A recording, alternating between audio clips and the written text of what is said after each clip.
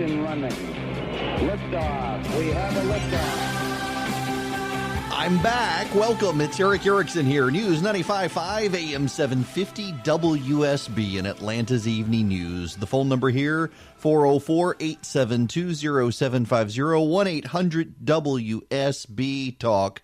And don't forget, you can text SHOW to 444-999. Sign up for my daily email where you would get the lowdown on what was happening with fetal heartbeat, even while I was off for a few days of vacation.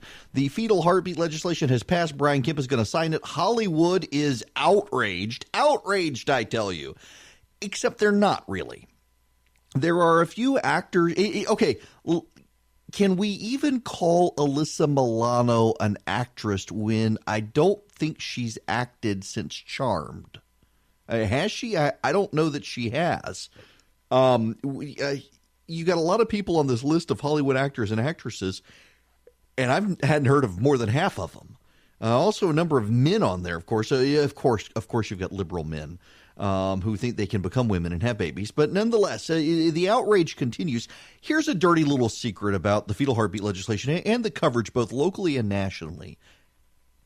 A majority of Americans actually support regulations on abortion. They actually support restrictions on abortion. It's kind of funny to have reporters in this country say, oh, Le Monde, a French newspaper, is covering the heartbeat law in Georgia. It's made international news. Did you know France actually has more restrictions on abortion than Georgia will once this legislation is signed? Much harder to get an abortion in France. In fact, for all the progressives out there who say we need to stop using the death penalty because there are only 3 or 4 countries on earth that have more permissive death penalty laws than the United States. There are only 2 or 3 countries on earth that have more permissive abortion rules than the United States.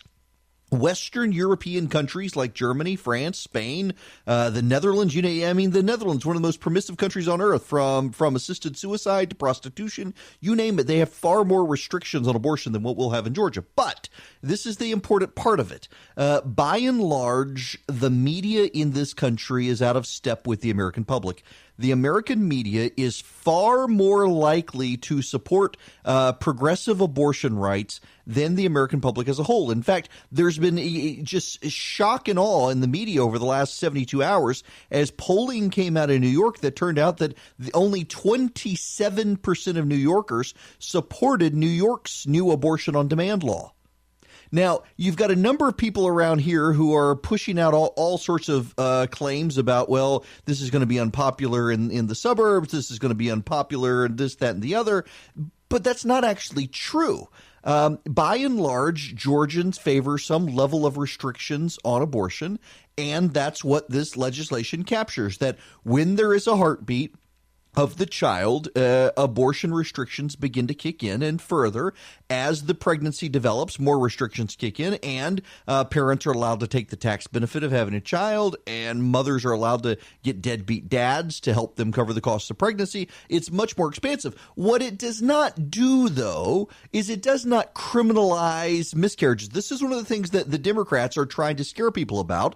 They're not being truthful, and in fact, there are a number of people in the media peddling these lies from the Democrats to try to scare people. The bigger issue, however, on the fetal heartbeat legislation is that no one's going to care by next year. It was smart of Republicans to do it this year because it gives them a year to show that all of the scare scenarios aren't going to be out there. So, for example, you've got Jen Jordan, who is basically Georgia's version of abortion Barbie, Wendy Davis. She's become like the cause celeb of it. It's fascinating to watch the media build her up as someone. In fact, I saw a local reporter talking about how many people watched her YouTube video. It wasn't even a quarter. It wasn't even an eighth of Wendy Davis back in the day. No one really cares about this issue, but it's good for ratings, I guess. So everybody's trying to cover this. But nonetheless, she had Jen Jordan. She went on with Allison Camerata on CNN. Go ahead, Senator Jordan, because that's not how you saw it. In fact, I just wanted to tell people a little bit about your speech that went viral because you shared something very personal about the heartbreak of pregnancy loss that you've experienced. And I just want to hear a little bit more about why you felt compelled to share that in such a public way. You know, the reason that I felt that it was important is because this whole issue has really been framed with respect to abortion. But it's much bigger than that. I mean, what we're talking about is the fundamental right to privacy that women have. And so when you talk about abortion, people kind of go to their camps. But look, women have miscarriages every day. Women have fertility issues every day. We don't talk about it. That's just it. We're not out in front of clinics holding signs, anything like this. But this bill is going to affect every aspect of every woman's life in the state of Georgia. And let me be clear, women are going to die because of this law because they cannot get appropriate health care from OBGYNs in this state. And that is really what's going to happen at the end of the day. That's not true. That women are going to die because of this law. That this law affects every aspect of every woman's life in Georgia. That's none of that is true. None of that is true, which shows you to some degree how desperate Democrats are to fearmonger this legislation because they know the legislation is actually somewhat popular. They know, in fact, that a majority of people, including a majority of women, actually do support regulations on abortion and restrictions on abortion. Not all of us sleep the same way. 63% of Americans sleep on their sides. Are you one of them? I am. My butterfly pillow gives you support in the places you need it most, keeping your neck and spine in alignment throughout the night, even if you switch sides. My butterfly pillow is patented sleep technology. It elevates your head to where you need it. Includes a place to fit your arm and a pillow for your ear, which is soft and comfortable, even if you stay in one position all night. The height of my butterfly pillow is even adjustable.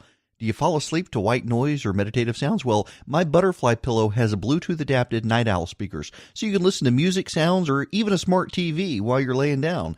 Listeners to my show can save $30 off the list price of $129. Is it worth it? Yes, I think it is. It's become my napping pillow. Lay in bed, listen to music, listen to the Calm app that I talk to you about sometimes. It's a great, great, great pillow. Use code ERIC at checkout at mybutterflypillow.com. You'll get My Butterfly Pillow for just $99 and free shipping in the continental U.S. Again, go to mybutterflypillow.com, enter code ERIC, E-R-I-C-K, at checkout. You'll save $30 and get free shipping. That's mybutterflypillow.com. Checkout code ERIC.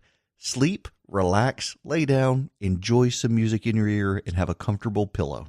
So the reason Democrats have to scare everyone about this legislation and say things like Jen Jordan did, which is simply not true, that women are going to die because of this. You mark my words, though, that they're going to go out and they're going to try to find women who have died in the next year who are pregnant and blame it on this law.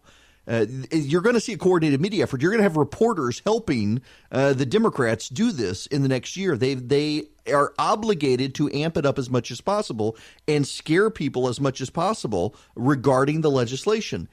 And the reason they have to is because they have to overcome the barrier of entry into the debate. Now, what do I mean by that?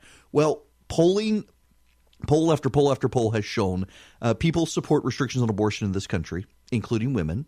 And once a child develops its own heartbeat, the support for restrictions goes up.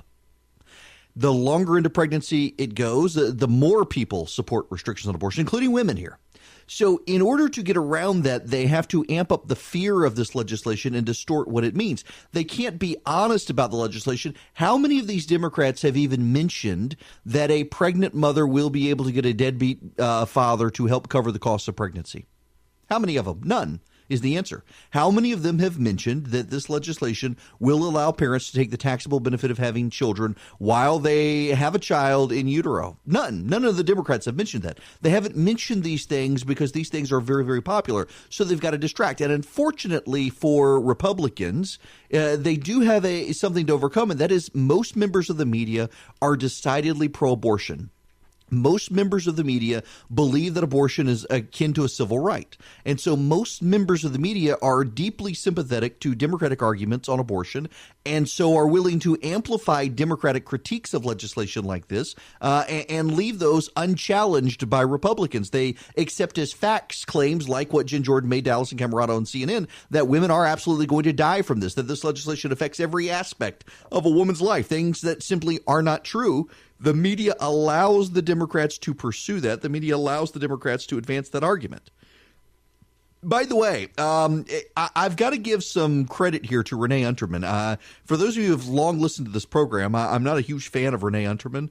Not my favorite member of the state Senate by a long shot, and she has really, really, really done great work on this legislation. Renee Unterman has taken the slings and arrows of colleagues. She has taken the slings and arrows of abortion rights activists, and she stood up to all of them, Renee Unterman did. Now, she is running for Congress in the 7th Congressional District to replace Rob Woodall, and I suspect she's going to get some support out of how she navigated this legislation through the state Senate. The Democrats, of course, are going to attack. I've seen the AJC now several times circulate the picture of Renee Unterman standing in front of all the Republican men in the legislature say, oh, this is going to be bad.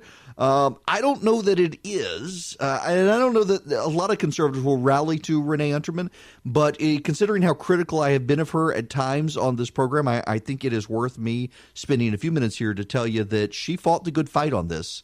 Renee Unterman really fought the good fight on this legislation. She really got it to the floor of the state Senate. She really got the state Senate to debate it and really gave good arguments in favor of it. It is very interesting to me how the media has played up Jen Jordan's arguments and downplayed Renee Unterman. I do believe that there is a level of media bias in this.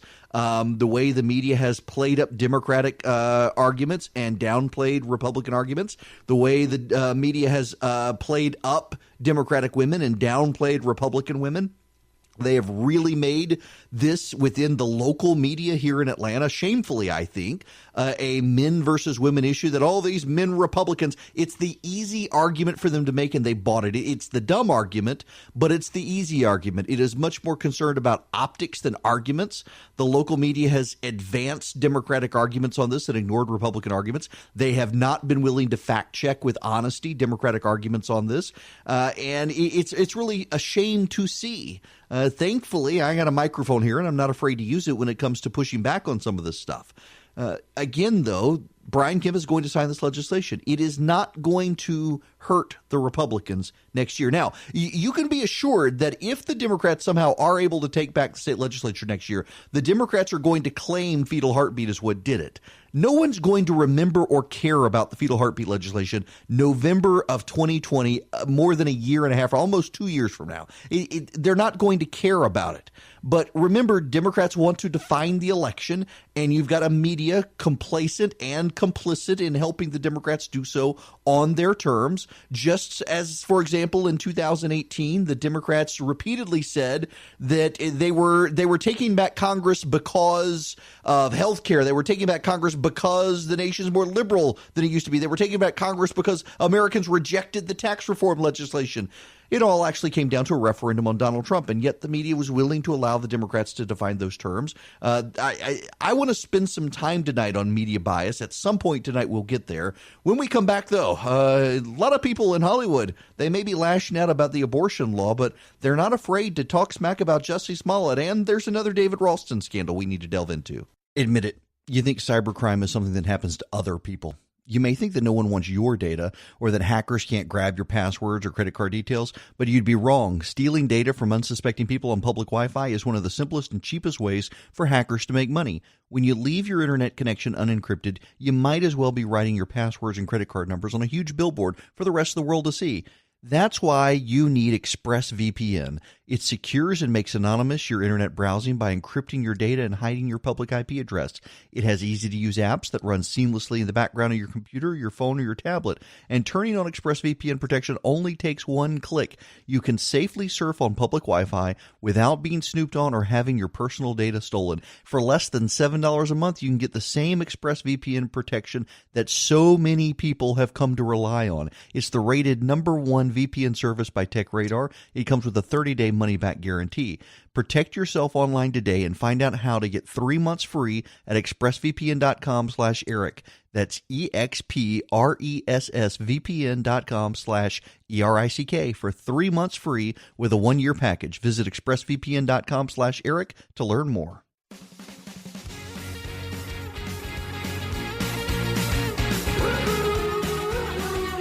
I have an important housekeeping note for all of you. Senator Tim Scott of South Carolina, a Republican senator, is going to be joining us at the Resurgent Gathering here in Atlanta on August 2nd. August 2nd. If you want to come to the Resurgent Gathering, we've also invited the Vice President. Security won't let us say much about that right now, the Secret Service and all, but he may show up. Nonetheless, Senator Tim Scott, I can tell you he's going to be there. Brian Kemp as well, Congressman Jody Hice, Senator David Perdue, I believe we've invited. I don't know that he's confirmed yet. I'm hoping he'll be there.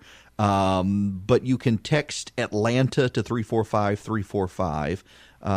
Yes, David Perdue is going to be there. So very excited. Great lineup coming, assuming we get the vice president as well. We've also invited executives from Google and Facebook to come talk about internet privacy and regulation of the internet. Mark Zuckerberg has come out with an op-ed in the Washington Post in which he is encouraging government regulation of social media and the internet. I understand why Facebook wants this. I mean, Facebook is being put upon by all sides. Did you hear that Ben Carson in the Department of Housing and Urban Development is suing Facebook for housing discrimination in advertising? Housing discrimination in advertising. Now, Facebook didn't discriminate against anyone in housing. You need to understand that out of the gate. Facebook has not discriminated against a single soul. Facebook has a very robust ad platform. And someone went in and used Facebook's platform, or, I mean, if you actually read the complaint from Housing and Urban Development, theoretically, not actually happened, but theoretically could happen, someone could go in and advertise for housing and discriminate based on race, creed, religion, gender, all that sort of stuff that you're not allowed to do in housing. And they're blaming Facebook for it. Facebook didn't do it. Somebody did. You should blame that person. But they're being put upon by all sides. They've got shareholder concerns. Every story that comes out about Facebook these days is negative. And a lot of that is because the media outsourced the growth of their websites to Facebook. Didn't turn out well for the media. Now they're mad at Facebook and they're trying to seek revenge on Facebook. Look, the company has its problems. I mean, everybody, including Facebook, acknowledges they got problems. But to now call for government regulation, just do it yourself. You don't need the government to design regulations for data and personal privacy. Just do it yourself. Apple has turned this into a big thing for Apple. Apple, we've got HomePods at our house, the Apple Music thing. We've got an Alexa unit. Somebody sent it to me years ago, and I've never been able to figure out who.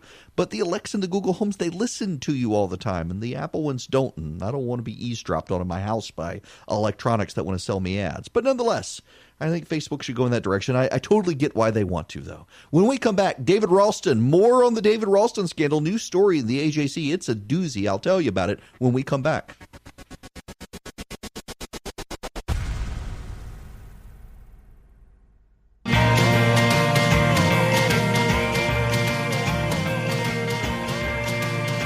Welcome back. It is Eric Erickson here, Atlanta's Evening News. The phone number, 404-872-0750, 1-800-WSB-TALK. Johnny Edwards at the Atlanta Journal-Constitution is just continuing to do amazing work on this scandal involving David Ralston.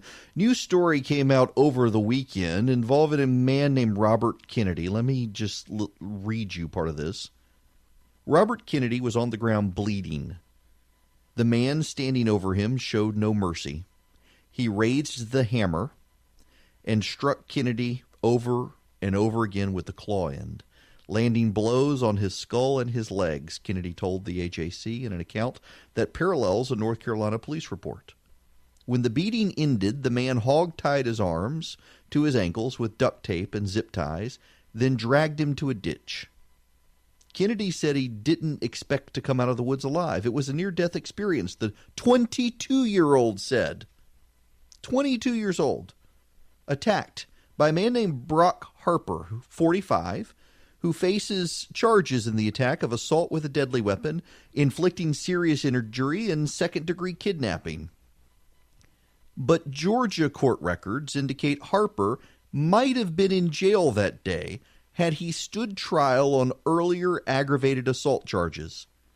House Speaker David Ralston is Harper's attorney in that case, and he repeatedly cited legislative responsibilities to put off court dates That's right. Harper, who had a lengthy criminal record, hired Ralston to defend him against 2014 charges of chasing a man down in Fannin County and ramming his pickup truck with a car.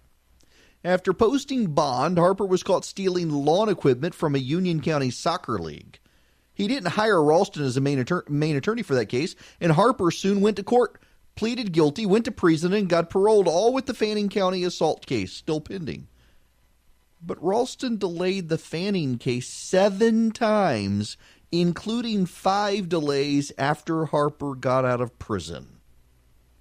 Ralston, of course, is blaming the prosecutor for this. It's all the prosecutor's fault. It's the prosecutor. How many of the judges and prosecutors have practiced law with David Ralston? You know, the old prosecutor, I'm told, up in Fannin County stood up to Ralston, and Ralston drummed up a challenge against the person. We're dealing with political motivation here. Ralston uses his legislative leave, and now we've got someone who was, again, let me read this to you. This happened to a 22-year-old. He was hit repeatedly with the claw end of a hammer on his skull and his legs. He was hog-tied, his arms to his ankles with duct tape and zip ties, and dragged into a ditch. That's crazy.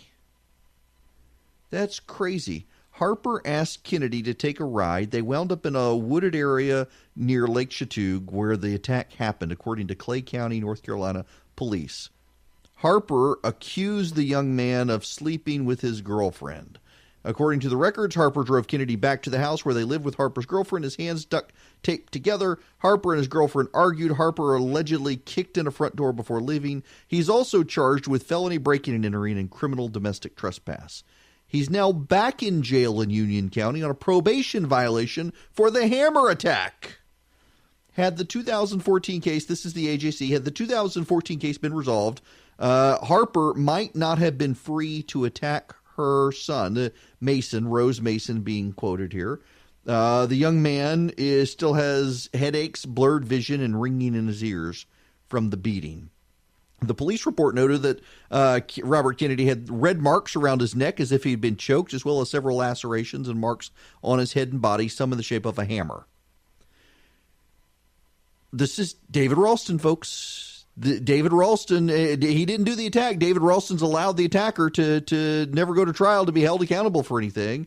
And our state House representatives is still quiet on the issue. Our state legislators are still refusing to take a position.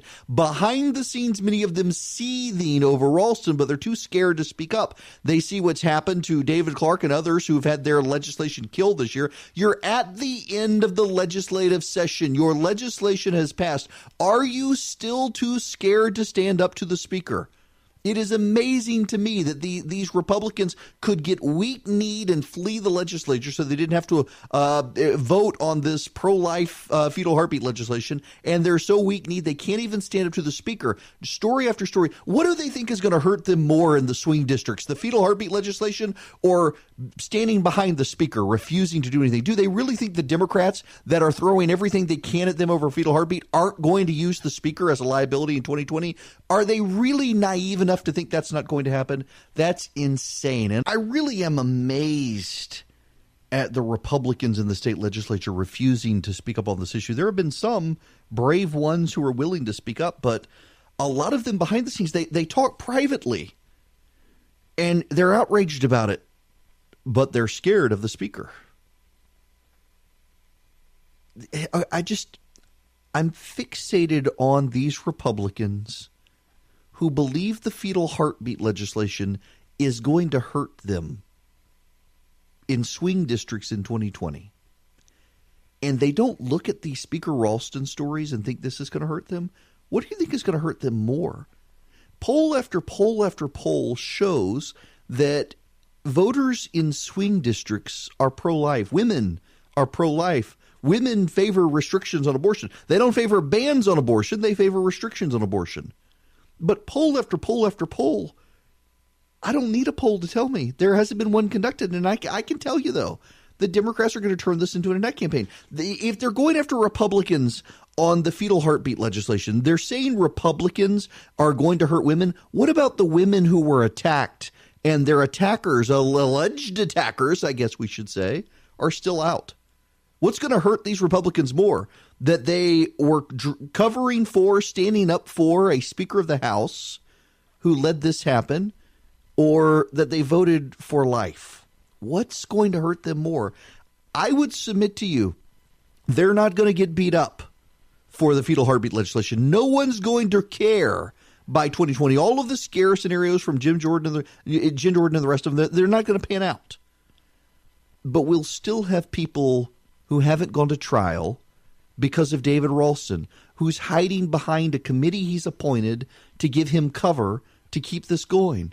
Are these state legislators really going to want to make that a fight? Are they really going to want to suffer the ad war from the Democrats? Because there's a resolution now from David Clark. The resolution is out there to call on the Speaker to resign or step down or be forced out if he doesn't. And you got a lot of Republicans who have refused to sign it. I can assure you the Democrats are going to point out these Republicans who've refused to sign this resolution. That's going to be the attack. It's not the fetal heartbeat. This is going to be the attack.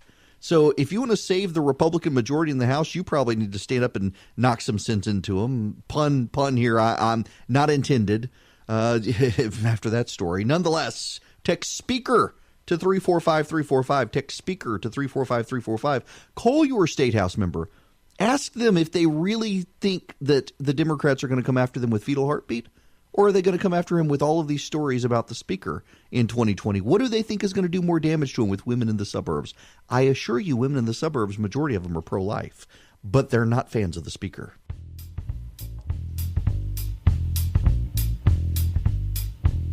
The phone number here, 404-872-0750, 1-800-WSB-TALK. And just as a reminder, if you want to call your state representative and tell them it's time for Speaker Ralston to go, text the word Speaker to 345-345. That'll connect you into the Resurgence Action Center, where you can then you'll basically you'd call a number. It says put in your zip code. You put in your zip code, and you'll hear my voice. I will connect you to your state representative. Hey, we just don't tell you the news. We also try to tell you what you can do about it here. Now, Saturday Night Live, believe it or not, they actually ridiculed Jussie Smollett on Saturday night. I'm not going to play you the audio from Saturday Night Live because I'm kind of tired of Saturday Night Live, but it did make me laugh. Chris Rock, actually, and I can't play you Chris Rock. We'd have to bleep parts of it. But Chris Rock, they had the Image Awards, and so Chris Rock, he got on stage and he said that the NAACP, they told him not to no one was allowed to say anything about Jussie Smollett, and yet he got on stage and he did, and the crowd was just dying laughing about it. Everybody gets the joke. I've got to tell you, the way this thing is shaping up, I think that he probably did himself more harm than good in working with the district attorney. There's the state attorney. There's a protest outside her office today by the Fraternal Order of Police. Black Lives Matter showed up to try to defend Smollett. That didn't do any good. You got the people at the NAACP Awards laughing at him. You've got Saturday Night Live laughing at him. You got the people at Empire saying there's really no reason to see him back on the show. I mean, the guy, and now it looks like there may be a federal prosecution, and now it looks like the prosecuting attorneys in Illinois are investigating the prosecutor because she said she had recused herself, and she actually had not recused herself. They're also saying that the deal she cut is not recognized in any court of law in Illinois, so the deal may get revoked. But the overarching thing is you now got a federal investigation. You got a federal investigation into the prosecutor, apparently. At least rumors in City Hall there. Of course, there are always federal investigations in Chicago against the corruption there, but there's rumors of a legit one against her. You also have the ongoing Postal Service investigation. And now the city of Chicago is going to sue Smollett to recover the costs of the investigative time. He's not going to fare very well in this, and he's probably ruined his career. When Chris Rock makes you the butt of jokes at the Image Awards and the whole audience is laughing at you, and Saturday Night Live as well, not going well. When we come back, Chick-fil-A under attack, and Joe Biden, he's a hugger.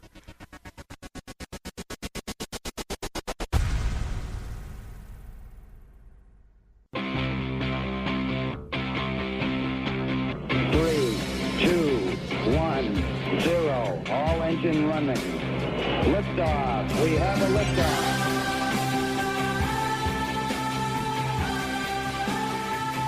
Hello there. It is the second hour of Atlanta's Evening News. Eric Erickson here. The phone number, 404-872-0750, 1-800-WSB Talk. Tim Scott coming to the Resurgent Gathering. It'll be here in Atlanta in August. He's the senator from South Carolina. He'll be joining Senator David Perdue, Governor Brian Kemp, and others. One really big name we can't tell you about yet.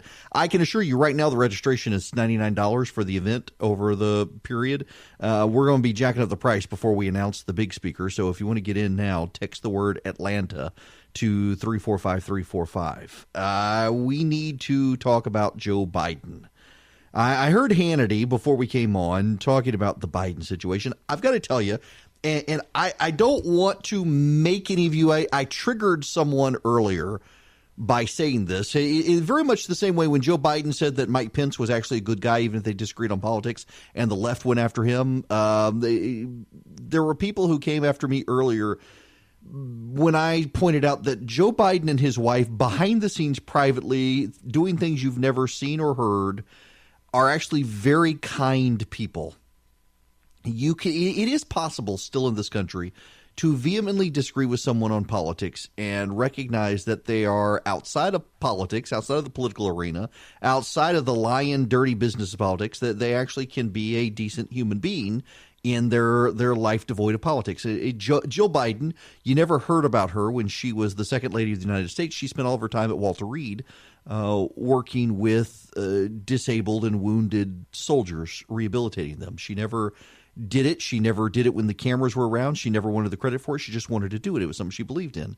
Biden is the same way behind the scenes. He's actually a very nice person. He's one of my favorite Democrats. You could be mad at him for the way he disparaged Mitt Romney. You could be mad at him for the things he's done to Republicans. You can be mad at him for a host of things in politics. But I would like to think we can still, as human beings, separate the dogfight of politics from the rest of the world around us. But all of that is creeping in around Joe Biden as Democrats begin to portray him as a creeper, as someone who is creepy, as someone who is inappropriate with women.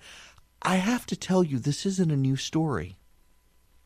For years and years now, there have been ample stories and even pictures of Joe Biden. Joe Biden with the motorcycle woman. Joe Biden with, what was it, Susan Rice or whatever in the White House. Joe Biden with women when they were being sworn in or with their husbands being sworn into the Senate when he was the president of the Senate as vice president. All of these pictures of Joe Biden putting his hands on women's shoulders, kissing them on the neck, doing creepy Joe Biden-y things. I mean, dude is like grandpa's age, and this is what he does, and he's done it for years. And the media is suddenly horrified to find out Joe Biden's a perv. Joe Biden has always been. I'll tell you the other thing about Joe Biden. Joe Biden walked around the Naval Observatory naked. Joe Biden was notorious for walking around his home in Delaware and swimming in his pool naked in Delaware, in front of Secret Service agents, in front of female Secret Service agents. I live in Georgia, and I know these stories. And the media are like, I can't believe this about Joe. Did you know? Yes, everybody knew. And it wasn't a big deal as long as Democrats were protecting their precious that was Barack Obama. It's only a big deal now because Biden is a threat to them. Charlie made an excellent point while Doug was talking. This is like Harvey Weinstein. Everybody knew. Everybody knew. And now all these people are coming out shocked and appalled and horrified when they knew the whole time. Elizabeth Warren knew about Joe Biden. Here she is now siding with the accuser. Wondering if you had an additional response to that. So I did. I read the op-ed last night, I believe, Lucy Flores, and Joe Biden needs to give an answer. Should he not run as a result? That's for Joe Biden to decide. She believes. So Lucy Flores was running for lieutenant governor somewhere, and it doesn't matter. And she claims Joe Biden made her feel uncomfortable. Well, you know, Mika Brzezinski has a good point about this from Morning Joe this morning. So before we go to break, Joe, this is a hard conversation to have. Not because really. A lot of folks will say that women need to be believed and heard. Mm-hmm. And I believe they should be heard. Right. But are we allowed to bring up that Lucy Flores is a huge Bernie person and she has, political connections that might be counter to Biden's goals, and that this could be, hold on, is it okay to bring up this could be politically motivated, or are we just supposed to take all the words and the fact that she says she was violated at face value? Are we supposed to just leave it there? Well, and have this sort of attack on his credibility and his honor just sit there? Or are we allowed to talk about it? Well, are we allowed to talk about the man? You can bring it up, Mika, if you want your Twitter feed to look like your Twitter feed's going to look today. But it seems to me that, again, So yes. we're not. Well, no, you just did. And what I'm saying is that, the conversation has to be had. It has to be an open conversation. And as you've been saying, and as other people have been saying, the argument, all women must be believed, period. That's the end of the conversation. That was the argument 6 months ago. That was the argument when Al Franken was run out of town, run out of Washington, D.C., when what Donald Trump has done is so much more abhorrent. That conversation seems to have been moving along. And I suppose I'm not allowed to say this because I'm a male. But just as an observer, that conversation has moved along to women need to be believed, women need to be heard, but there has to be due process out there. Yes. Now, if Mika Brzezinski, you should note, when Brett Kavanaugh was accused, she was one of the very, very few people in the media to come out and say, wait a second, he has rights here too. You can't just believe these. In fact, Mika Brzezinski was more skeptical of the accusations against Brett Kavanaugh than any other person on MSNBC, save for Joe Scarborough. And she's getting blown up by the left for she was getting blown up by the left then on Kavanaugh. She's getting blown up by the left now on Joe Biden, but she's absolutely right. Lucy Flores is a Bernie Sanders supporter, huge Bernie Sanders supporter. And she waited all of this time and is only now accusing Biden of making her feel uncomfortable. There's a reason. Joe Biden is a threat to all of them. He's a threat to Elizabeth Warren. He's a threat to Bernie Sanders. He's a threat to Beto O'Rourke. He's a threat to Pete Buttigieg. He's a threat to all of these people on the Democratic side running for president because he's ahead in the polls and he hasn't even announced. They're doing everything they can now to tear him apart before he enters the race. They're trying to beat him up before he gets in, hoping he never gets in, and he may not. Although I'm hearing from more and more people, they're saying Joe's coming in the race. And if he gets in the race, he's a threat to the Republicans, too. Joe Biden is the one person, I think, who actually can give Donald Trump a run for his money, primarily because Joe Biden isn't a loony lefty. And he's willing to say we need adults in the room. And that may reassure some of the Obama coalition that went to Donald Trump. Remember, Donald Trump did not just win because Republicans turned out more than Democrats. He won because a lot of Democrats who had voted for Barack Obama twice voted for him. All these people the Democrats want you to believe are racists, they were actually Barack Obama voters twice and then voted for Donald Trump in Michigan and Pennsylvania and Wisconsin and Iowa and the like. They voted for Trump. Maybe Biden can, maybe he can't. I don't know. The man is really old, but he thinks he's the only one who can win. And the Democrats out there against him, they're acting like they believe it too. One of the most important things we do for our health every day is brushing our teeth, yet most of us don't do it properly. Quip is the better electric toothbrush created by dentists with designers. It was designed to make brushing your teeth more simple, affordable, and even enjoyable. In fact, Quip has sonic vibrations that are gentle enough for your sensitive gums, but clean your teeth very thoroughly. People brush too hard sometimes, and some electric toothbrushes are too abrasive, but Quip is just right. It's even got a built-in 2-minute timer that pulses every 30 seconds to remind you when to switch sides, helping give a full, even clean. I love my Quip. I've been a Quip user for over 2 years now. In fact, the last time I went to my orthodontist, just like the time before that, he wondered if I was bleaching my teeth. I'm not. I'm just using my Quip. It's backed by over 20,000 dental professionals, and right now Quip starts for just $25. If you go to getquip.com/Eric, E-R-I-C-K, right now, you get your first refill pack for free with a Quip electric toothbrush. So you get your first refill pack free at getquip.com/Eric.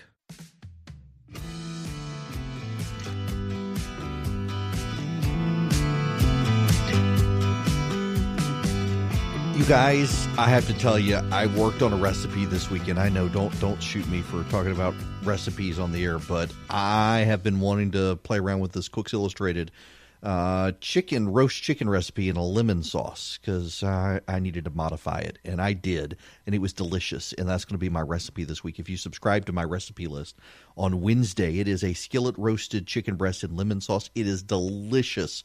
Oh my gosh, was it amazing. So text the word recipe to 345-345 and you can subscribe to the recipe list. It'll be out around lunchtime on Wednesday so you can make it. It is an easy recipe, and oh man, is it good. It's also rather healthy. Other than 2 tablespoons of butter, there's really nothing terrible in the recipe.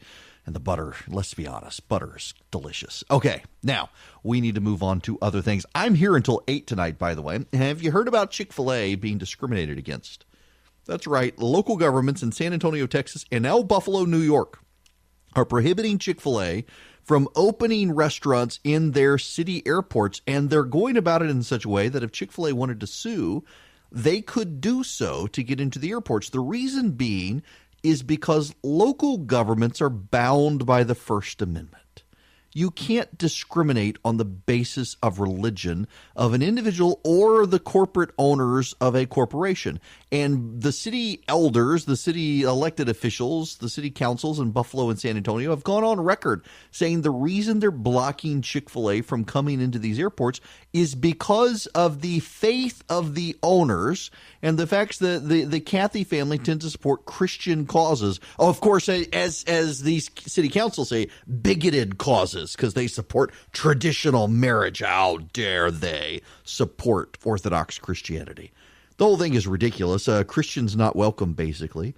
And if Chick-fil-A wants to sue, listen, there are plenty of organizations that are out there saying they will take the case for Chick-fil-A, and they've got a meritorious case. The federal government, as a matter of fact, the Department of Justice has come out and suggested that these cities may want to reconsider Chick-fil-A. You know, you can tell an organization like Chick-fil-A you're not welcome at our airport because someone else was going to pay us more to park there, or we were going to get more money from someone else. But you can't tell a business in this country you're not welcome in a government-run facility because of the faith of your owners.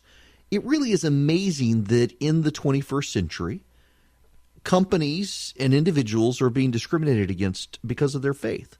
Listen, you can disagree on gay marriage, but to tell a Christian you've got to abandon 2,000 years of Orthodox Christianity shared by over 2.2 billion people on planet Earth, that actually is discrimination in and of itself. It's not going to work that way.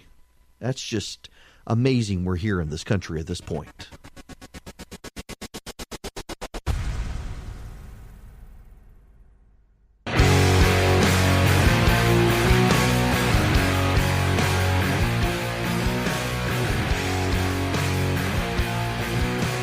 The phone number here, 404-872-0750-1-800-WSB-TALK. I want to spend some time talking about that which I think conservatives spend too much time talking about. I know, but it is becoming relevant. The media is running all sorts of fawning profiles over Alexandria Ocasio-Cortez. And they're also saying conservatives are attacking Alexandria Ocasio-Cortez. This is one of the discussions from CNN on the issue. Neil, I want to turn and get one more topic in here all fast. The Republican Party versus Alexandria Ocasio-Cortez, the freshman Democrat in Congress from New York. Take a look at the crowd when Donald Trump Jr. appeared at a campaign-style rally for his dad earlier this week.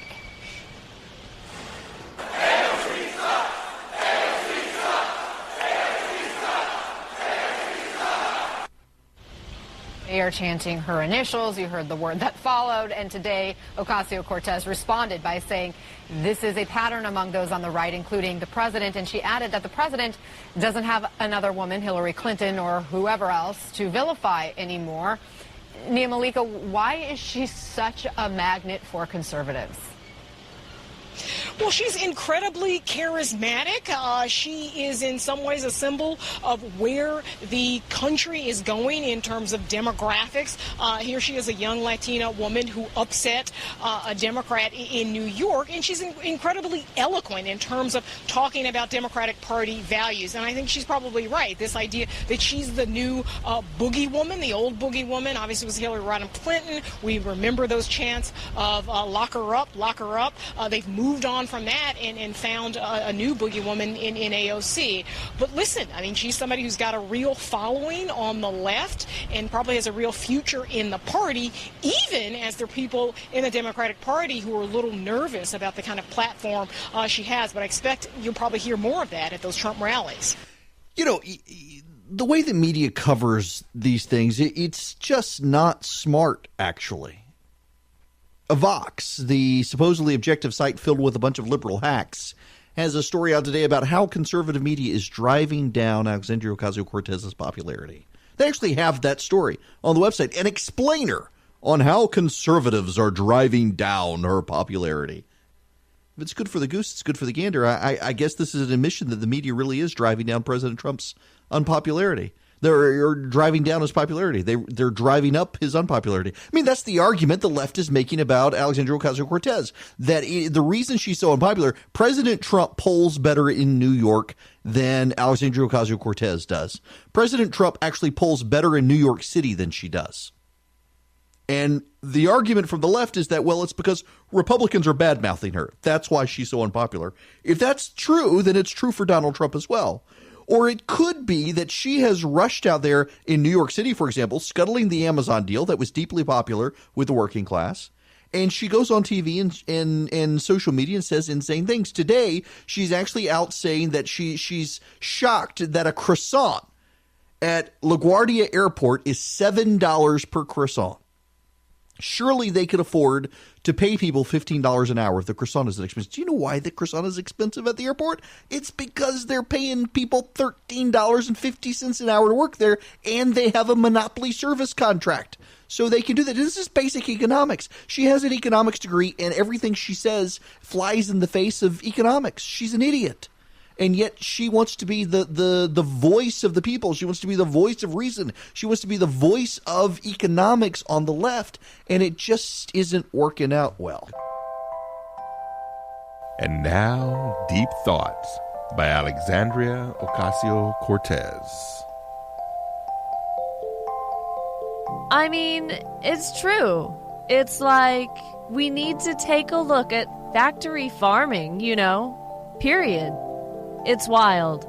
It's not like to say we're going to force everybody to go vegan or anything crazy like that, but it's to say, listen, maybe you shouldn't be eating a hamburger for breakfast, lunch, and dinner. Let's keep it real. That was Deep Thoughts by Alexandria Ocasio-Cortez. I mean, she writes our material for us, people. She writes our material for us. I am totally in the camp that Republicans don't need to spend so much time on her and everything she says and does, but it's clear the Democrats are positioning her as some sort of voice within the party. The media is giving her the credibility. She's on the cover of Time. She's having roundtable discussions on MSNBC and et cetera, CNN talking about her. And, it's the thing that I find with transgenderism and gay rights. I get this a lot myself that, you're just obsessed with this. You're obsessed with it. Whenever Republicans push back, whenever conservatives push back, the media and progressive activists declare us obsessed. When we're just responding.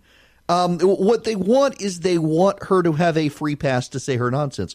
Her campaign manager is out saying that actually it's becoming more and more rare for people to call themselves capitalists, that socialism is where it's at. And it's going to be harder and harder to find people who call themselves capitalists. Maybe in Brooklyn, but in America, actually, we favor capitalism. And socialism, polling shows, is deeply, deeply unpopular across the country, except maybe in Brooklyn and maybe Portland, Oregon. Everywhere else, though, people tend to understand that capitalism gives you greater improvement. Look at what's happening in Venezuela. And that's the other thing is she and others have to say, well, that's not true socialism in those countries. Right. No, it's socialism as designed and as implemented and as what happens when you have to start rationing things. You know, if you decided that a croissant at the airport in New York could only be $2, you know what would happen? They would stop making croissants and you would have a croissant shortage. That's how economics actually works. And she seems to be oblivious to that. A buddy of mine is telling me that she has a minor in economics. The media always talks about her being in economics, having a degree in economics. I guess the media is misrepresenting her just as she misrepresents reality.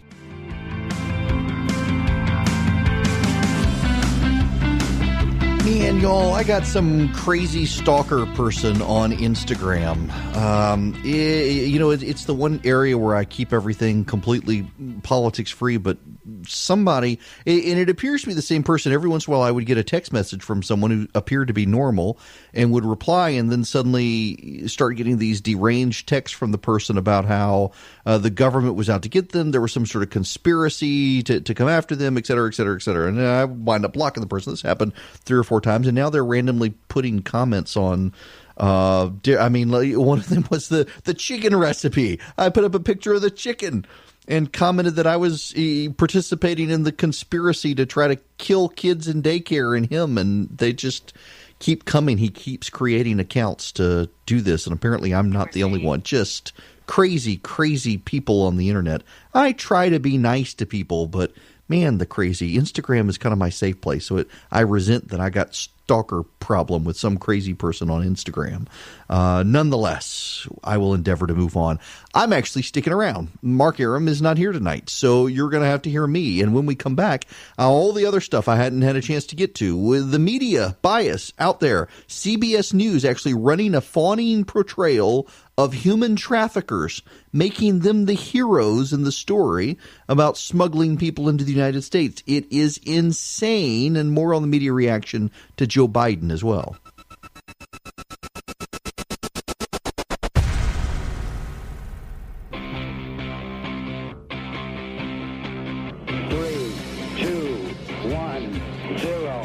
Engine running. Liftoff. We have a liftoff. This is not Mark Arum. I know. I can't sound like Mark Arum. I'm sorry. I'm not sure what the Atlanta Jewish accent is to accurately portray Mark Arum, but I'll put on a Yankees cap, I guess. It may catch my head on fire if I do, because the Braves are back in town today. That's what we should be talking about. But there's still news we need to talk about. And then we're going to make this April Fool's Day. We're not going to do April Fool's jokes, actually. I hate April Fool's Day. We're actually going to do something legitimate. Once a year, I fill in for Mark Arum and do this. Once a year, we do the restaurant recommendation show starting at 7 o'clock. There's still a lot of news I got to get through. So I get 3 hours today to cover news, and then we get to restaurant recommendations. The top of the 7 o'clock hour, you'll be able to call in and offer up your favorite restaurant in the metro Atlanta area for people to go to. As the summer and spring season are here, it's later in the evening. You can sit outside, have a drink, enjoy patios at various restaurants. It's that time. But first, we got more news to talk about. And I wasn't even going to talk about this, but I just saw this. Dan Zak, he is a writer for the Washington Post. The way he writes this stuff, he's got to be a liberal. He just has to be. The headline is, Al Gore is near the end of his quest to save the earth. The former vice president passes an inconvenient legacy to a new generation of climate activists. Now, I'm just going to read you this tweet stream from the guy. Al Gore turned 71 yesterday. He's been beating the climate drum for 40 years. I went to Atlanta to watch him train 2,000 people to be climate leaders, his replacements in a way. One of them, a 24-year-old student from North Carolina. The training in Atlanta was Gore's 40th, but his first focused on environmental justice. Environmental justice. A majority of panelists were people of color and included reverends and tribal leaders. Gore himself, this is the punchline, folks, this is the punchline. Gore himself was on stage talking about how voter suppression is a climate change issue. Yes, voter suppression is a climate change issue. Now, this is a perfect tie-in to what I intended to talk about. Dan Zak, he calls himself a newspaper man of the Washington Post. He's a writer for the Washington Post, this guy is. And he's treating this as if it's serious.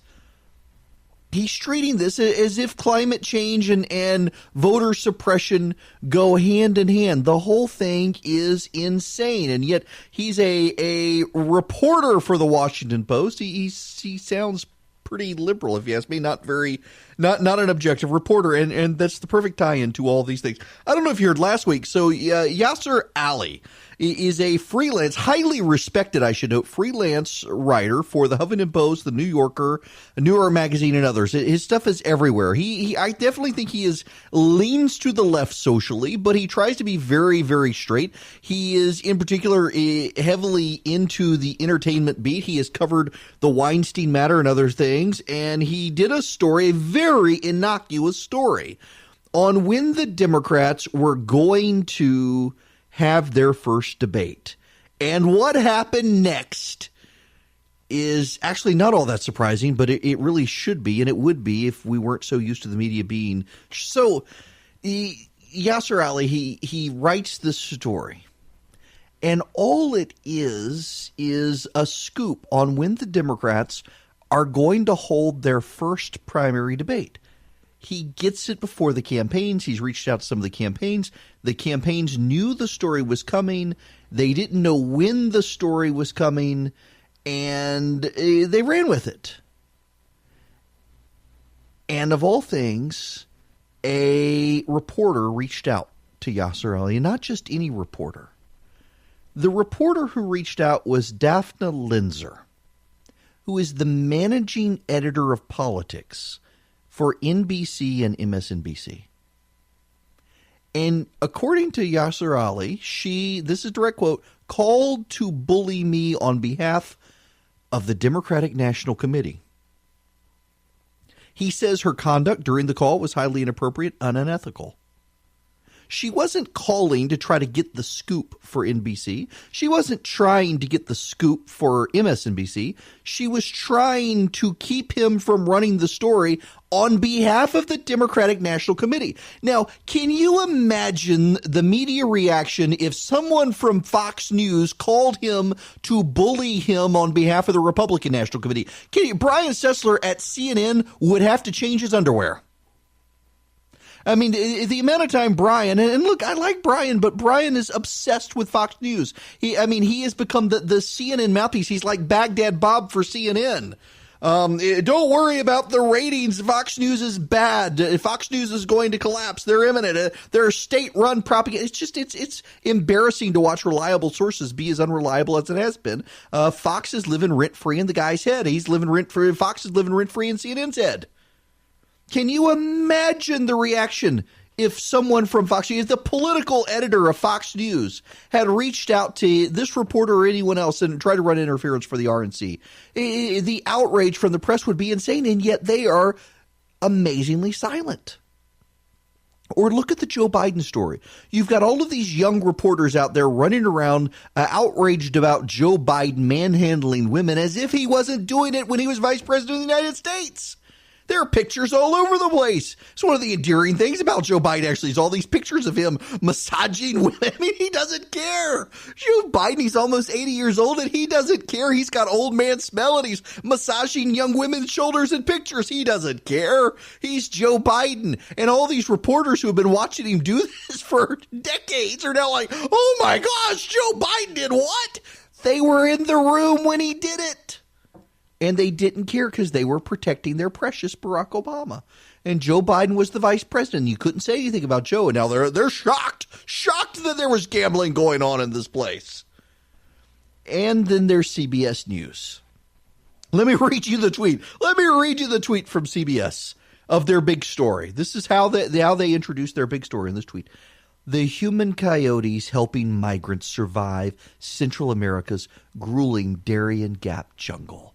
That's right, the coyotes. The human coyotes. These are human traffickers, people. They're doing this fawning profile over the coyotes. Along the Panama-Colombia border lies 60 miles of dense forest, where smugglers known as coyotes guide migrants seeking passage north for the right price. Emerson Gonzalez Jimenez said he typically charges $700 to get people safely from Caparagana, Colombia to Bogachita, Panama. I guess Bajo Chito? I have no idea. It's Bogachita in South Louisiana. He said he sometimes makes exceptions and lowers the cost, especially if he encounters migrants who were abandoned by their group. Many get lost. They lose the path, says Gonzalez. I helped a lot of people, particularly women with children, because many have passed through here and not made it. Y'all, these are human traffickers. Some of the people they're smuggling into the United States are used as slaves. I'm not making that up. And yet CBS is running fawning profiles on these people. Do you really think that they would do this if Donald Trump had not gone after these coyotes and made them bad guys? If he had not attacked them, they are bad guys. I mean, this is Trump derangement syndrome at large. You've got CBS News doing fawning profiles of human traffickers, claiming that they're the good guys in all of this. You've got the head of politics for NBC bullying a reporter on behalf of the DNC, and no one else in the media is saying anything. You've got all of these reporters shocked and appalled at Joe Biden as if there's something. And then you've got this reporter claiming that Al Gore is teaching that voter suppression is related to climate change. He's such a good guy. Is it any wonder that American favorability and trust in the media is like the media is less popular than the toilet paper on your shoe when you come out of a public stall at a bathroom? I mean, the media has a real trust and image problem, and they don't care because Trump. It's crazy.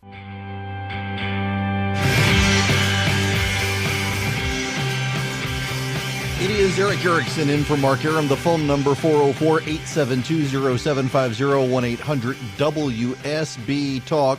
The ACLU is alleging that the Supreme Court is discriminating against Muslims because the two cases came before the U.S. Supreme Court recently over the death penalty. One was a Muslim prisoner in Alabama who was not allowed to have an imam present for his execution. The other, a Buddhist who wanted a monk present.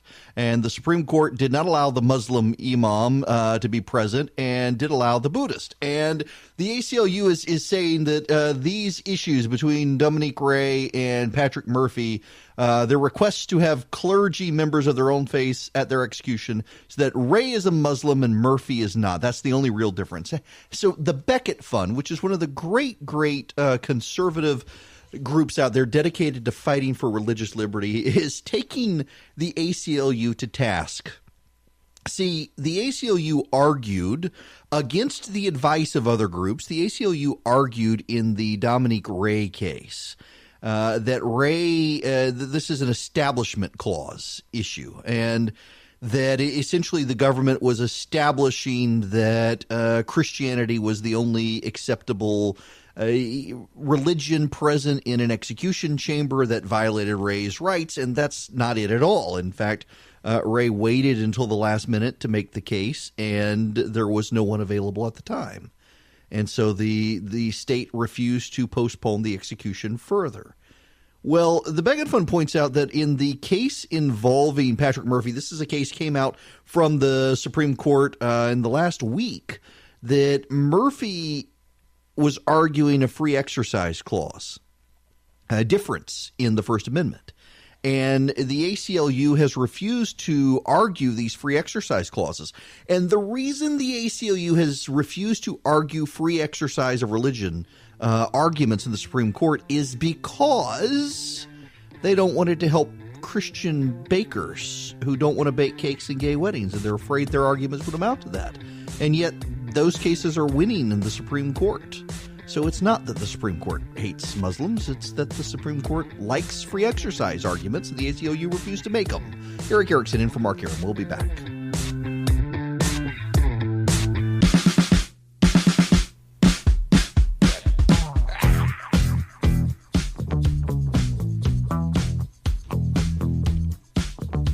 I think that's my cue.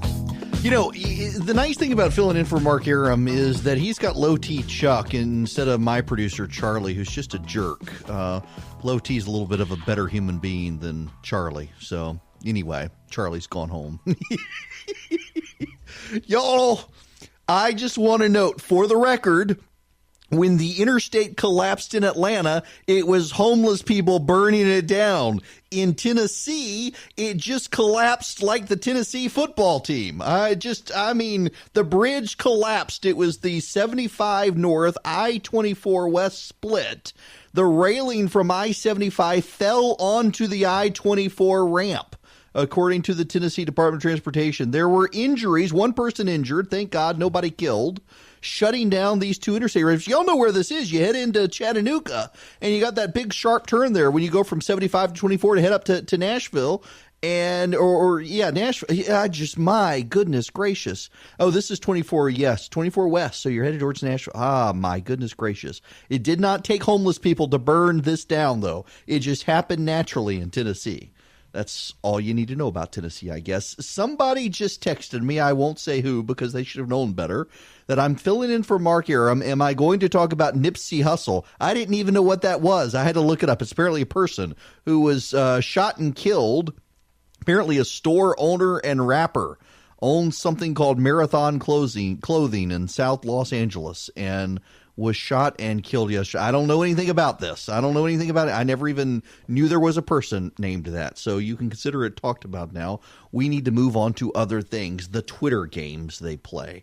There is a movie that has come out. I was encouraged to go to a sneak preview, and I couldn't. I forget why, but I wasn't able to get to it.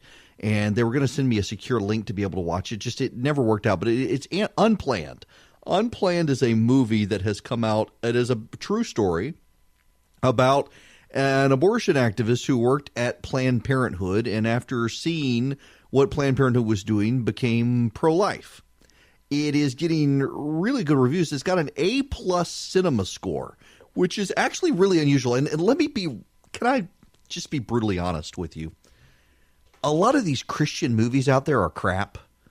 I mean, good Lord, I do not like going to these preachy Christian movies where they're all stereotypical. You've got the elderly black lady who's going to pray to Jesus, and miracle of miracles, the miracle actually turns out for the poor kid in the wheelchair who gets up and walks, and the kid in school whose teacher suddenly goes from being a mean, nasty atheist to a Jesus-loving Bible thumper, and hey, let's throw in some Christian contemporary music. I mean, the movies are, I guess you can get your church and you can go see them. You say, oh, it's wonderful. Come on.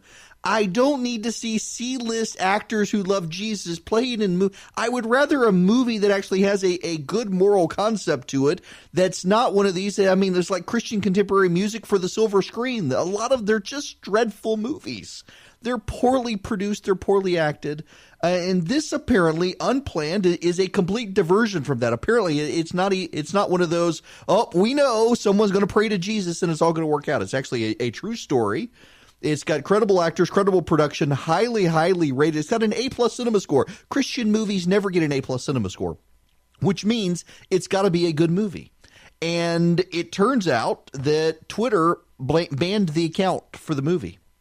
Local TV stations around the country and national TV and cable companies are refusing to run ads for this movie, Unplanned. They're refusing to run ads for a movie that's in the theater because it's a pro-life movie about Planned Parenthood. Planned Parenthood is using pressure tactics and boycott threats to get groups, TV stations, and others to not run advertising. Twitter blocked the account. When they turned the account back on, they wiped out all their followers. When you tried to follow, you weren't allowed to follow on Twitter. The amount of harassment, and yet this movie is outperforming what people were expecting it to do at the box office. I have not seen it.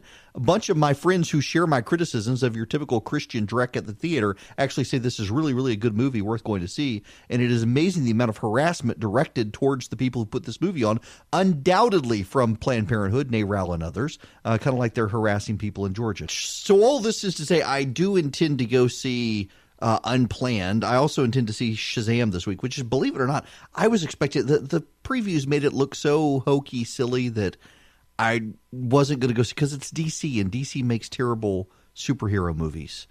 Oh, come on. You know and I know that Aquaman was not that good of a movie, unless your name is David French. But nonetheless, I intend to go see Shazam, and I intend to go see Unplanned. And the fact that a lot of my friends who do not care for these, and I don't mean to be critical, but man, it's like if you're a Christian, you're supposed to say nice things about these movies, and they're not good.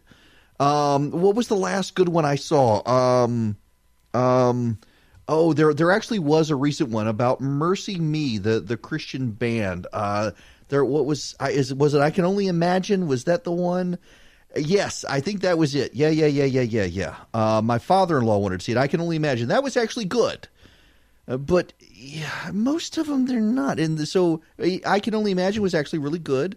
And Unplanned, apparently all of my friends who share my concerns actually like this movie, so I'm going to go see it. Now, phone number is 404-872-0750, 1-800-WSB-TALK.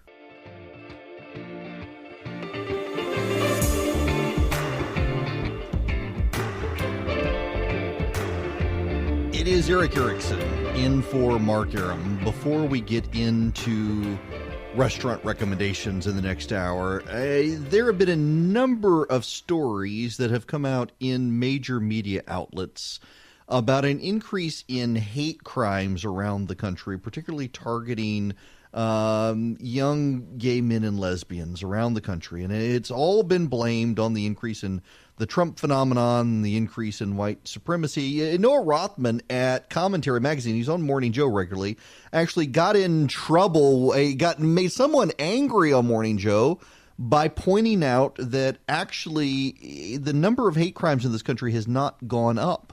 The number of false claims of hate crimes has gone up, and people were outraged by him saying it. But it's the truth. The number of hate crimes have not actually gone up in this country.